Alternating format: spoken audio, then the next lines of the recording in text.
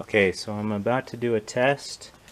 I have here this stainless steel 316 coupon that I bought.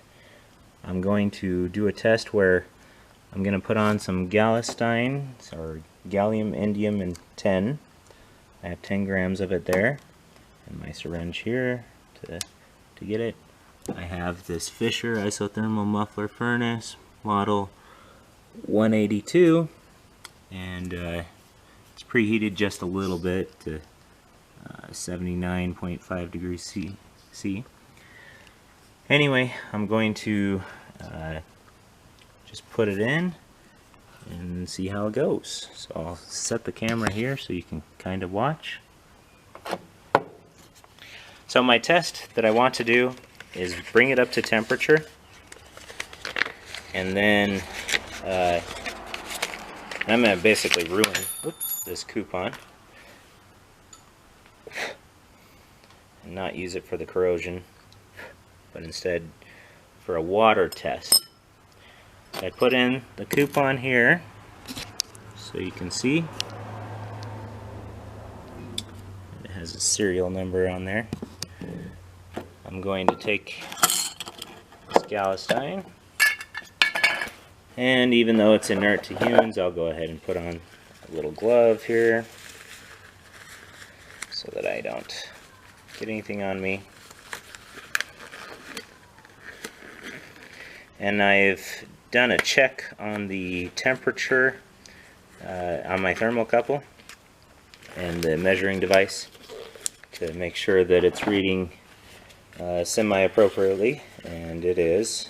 I measured at boiling, which changes based on the pressure, and I know it was within a degree. And then the freezing point, it was also pretty close. So I know it's functioning correctly, at least on the lower end.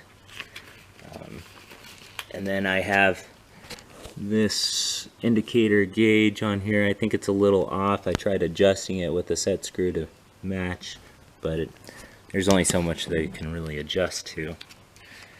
Anyway, so I have my gallium, indium, and tin here. I'm going to go ahead and take off the tape that I have on that cover.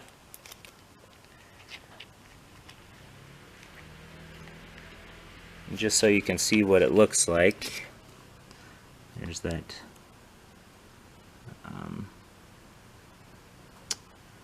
let's see, just, I don't know, it's a liquid. Here, hang on just a second. I'm going to shut the garage door so that the lighting isn't so much coming from outside.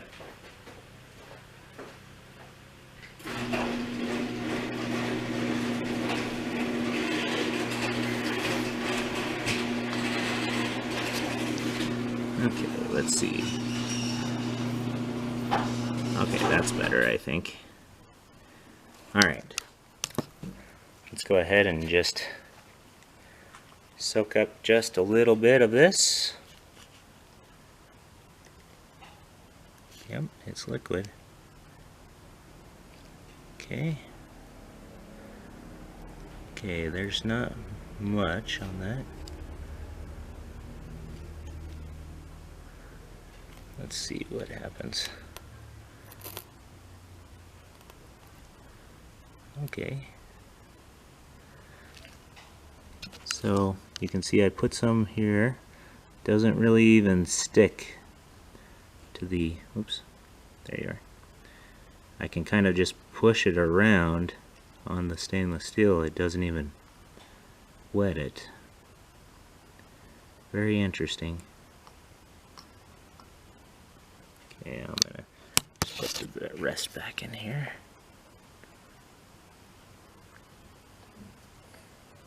Okay, looks like it even caught it between. Huh. Okay.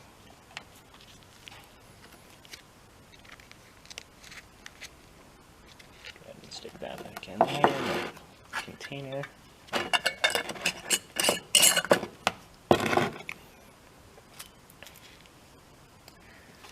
Okay, so what I'm going to do next is I'm going to heat up, put this in the furnace, and then I'll heat it up.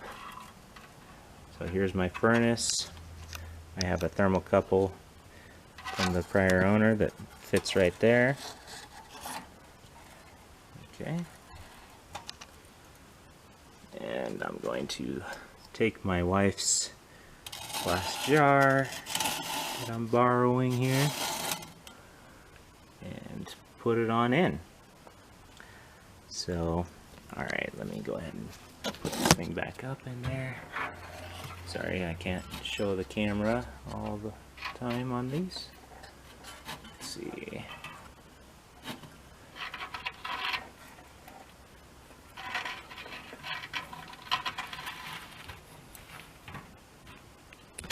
Okay, there we go.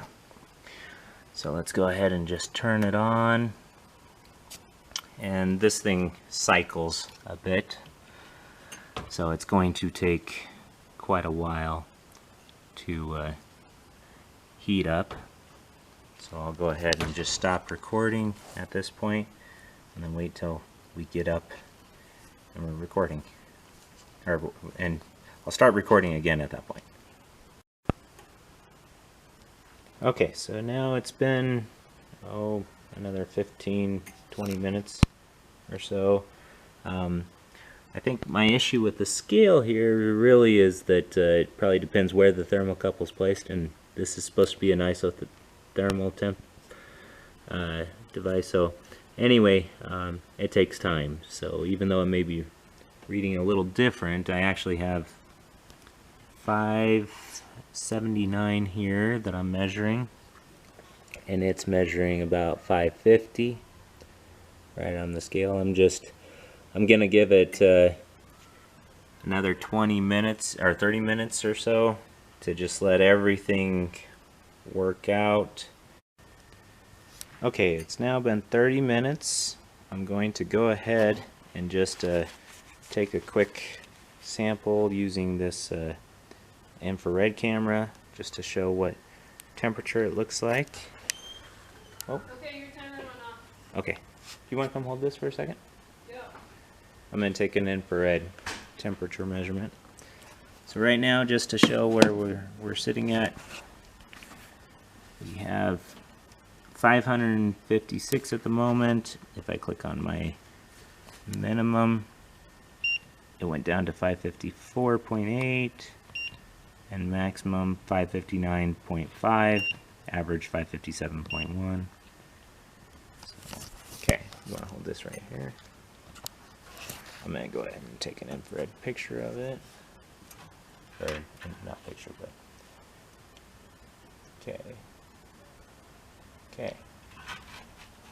So, based on that, we have 577.6, which matches up pretty good within 30 degrees. And then this one, our measurement here, is also right at 555, 556, somewhere in that range. So, alright, now let's go ahead and we'll stop this. Go ahead and push that red button. Okay, so this is just in my sink. I let the water run for 1 minute. I'm going to go ahead and see if I can get the temperature here. I'll have to go close on this one. And it's all over the place. I'm going to need to get the thermocouple. I'll do it afterward, but I let it sit for about 1 minute. So this thing's saying 26.5 C, somewhere in that range, but it's very over. So I'm going to just get some water. This is simulating the engine water. This is going to be hot. It's definitely not boiling. Okay. Go ahead and stop that. Let's go. Here we go. Okay. So I'm going to take this thing out real quick, and then we'll perform our experiment there.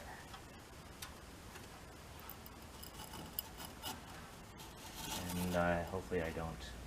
Ooh. Man, just touching that with my gloves was not good. It's melting. Oh, it's breaking. Yeah. It's breaking the glass when I touch it. Is it gonna explode? It might. That thing is hot. Okay. Any pressure on that's not good. And All right. your gloves are This smoking. is what I'm gonna do. Yeah, my gloves were smoking. Okay, you ready? It's probably gonna crack it, is what it's gonna do. So, here goes some water. Should I shoot it? I don't know. I really wanted to bring it out, but it's already cracking. Why don't I bring it out? Where are you gonna put it on? Right on the table here. It's gonna melt your table. That's okay. Just don't want it to break and then just fall on the ground. Yeah.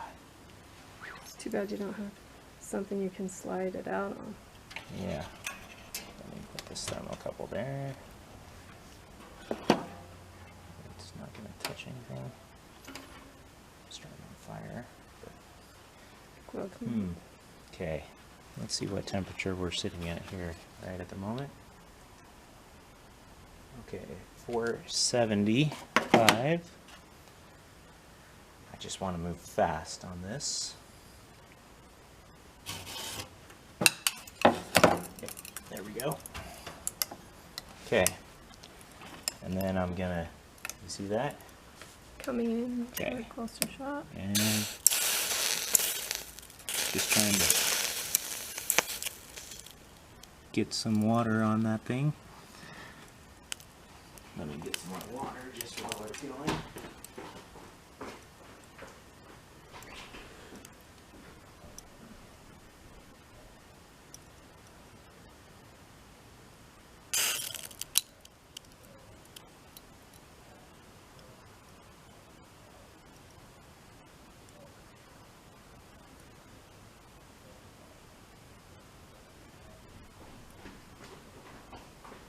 Okay, that's my hot water. Let's just see.